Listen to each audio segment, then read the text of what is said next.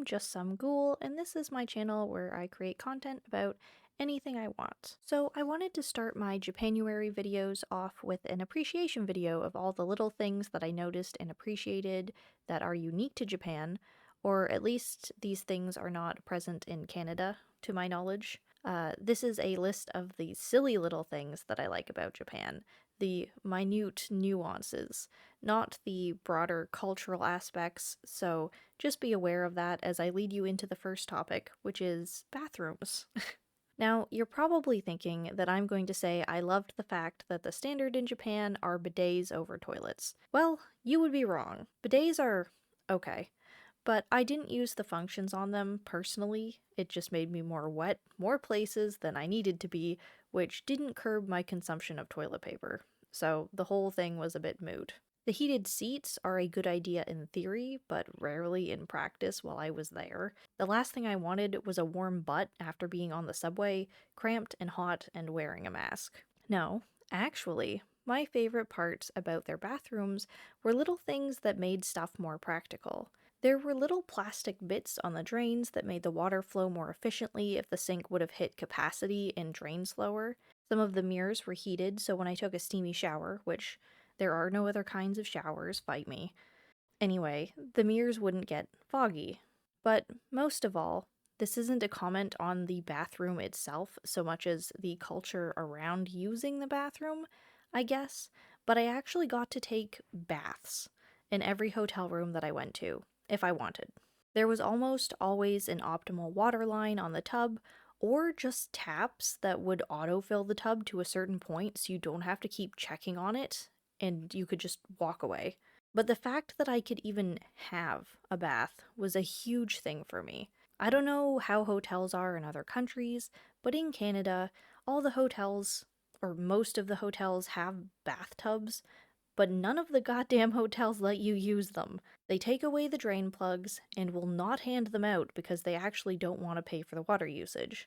In Japan, they didn't gatekeep me from having baths, and that was awesome, especially because I needed them to soak my feet from all the walking. Although bathrooms in Japan are compact, they get a big thumbs up from me for several reasons. Next on my list is recycling. We'll get to talking about Japan's recycling protocols in another video, but I would like to say that at the very least, because they have a big culture around vending machines and portable drinks, when they say they want you to properly recycle your bottles, you have to pull the label off. And guess what? The labels are all designed to come off super easy, with pull tabs and everything. This might sound crazy, but maybe the bar really is just that low, that water bottle labels that are easily removable are exciting to me. How many times have you tried taking a label off of something? Anything from a bottle label to like a price sticker, that it is both difficult and probably rips on you and leaves behind a really gross residue. Well, not in Japan anyway.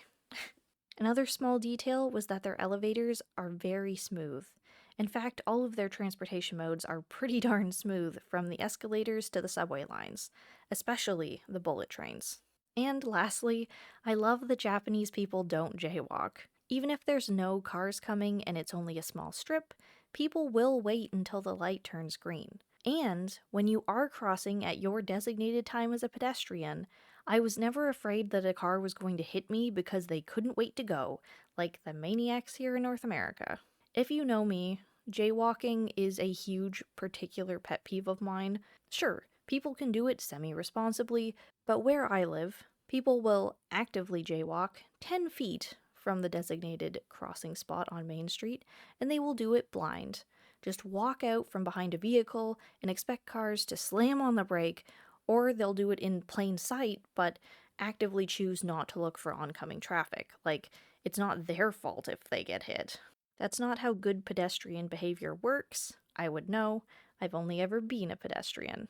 On that note, I should mention how accessible Japan is for foot traffic. It was super easy to walk wherever we needed to, and I don't think we ever waited more than 10 minutes for a train if we had to go somewhere further. And the transportation wasn't just plentiful, it was punctual. Always on time and leaving on the minute that it was intended. Sure, sometimes there were delays, but it never felt like a delay. because there was always another option to get on instead. So my travels never got held up anyway. Also, side note, the bus drivers in Gunma have balls of steel. Like, oh my god. The greatest show of technical driving skill I have ever seen from someone not in a racing car. Like, transport truck drivers going through your little pylon courses can eat their hearts out. Those bus drivers took those public buses down roads that seemed both too small for the bus to fit just on its own, but also they took the corners to get on those little streets so tight.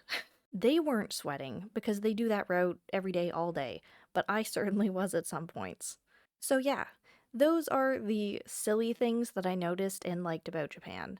I'll make another video about more of the cool stuff that's only in Japan, but I thought it'd be fun to talk about more of the mundane, everyday, because even if you're only traveling somewhere for a while, those things can add up and affect your time, and it affected mine in a really great way.